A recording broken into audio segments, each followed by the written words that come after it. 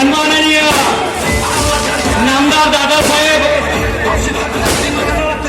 सभास्थळी येत आहेत।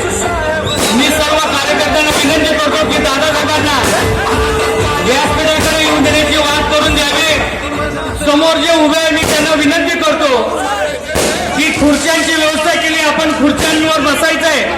आणि मी पुरुषांना विनंती करतो, महिला आलेल्या आहेत, आपण महिलांसाठी खुर्च्या खाली करून द्यायच्या आहे। बाजूला खुर्च्या आहे, त्यांना त्या खुर्च्यांवर जाऊन बसायचं आहे।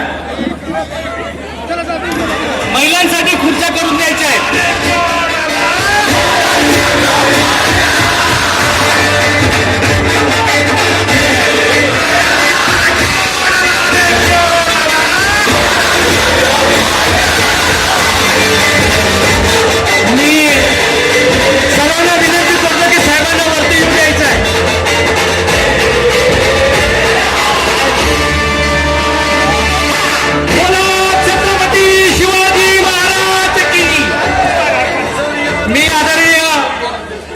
या महाराष्ट्रात एक नवा इतिहास घडला।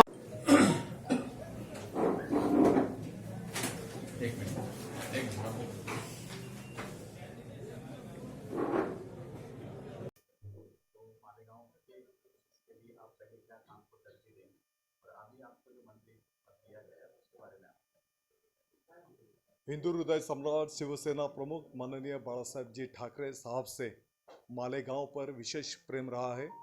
मालेगांव की आवाम ने भी साहब के ऊपर बहुत प्यार किया है और मैं समझता हूँ शिव सैनिकों के किए हुए कष्ट के बलबूते पर फिर एक बार मालेगांव को जिम्मेदारी दी गई है।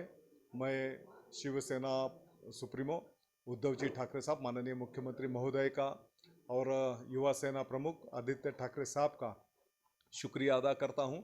उन्होंने मालेगांव के ऊपर फिर एक बार विश्वास व्यक्त किया। आने वाले दिनों में उद्धव जी ठाकरे साहब के दिल में जो बात है, महाराष्ट्र को एक क्रमांक का राज्य बनाना, शेतकरी चिंता मुक्त करना, बेरोजगारी कम करना, ये सब काम के लिए हम सब मिलकर उनके मार्गदर्शन में काम करेंगे।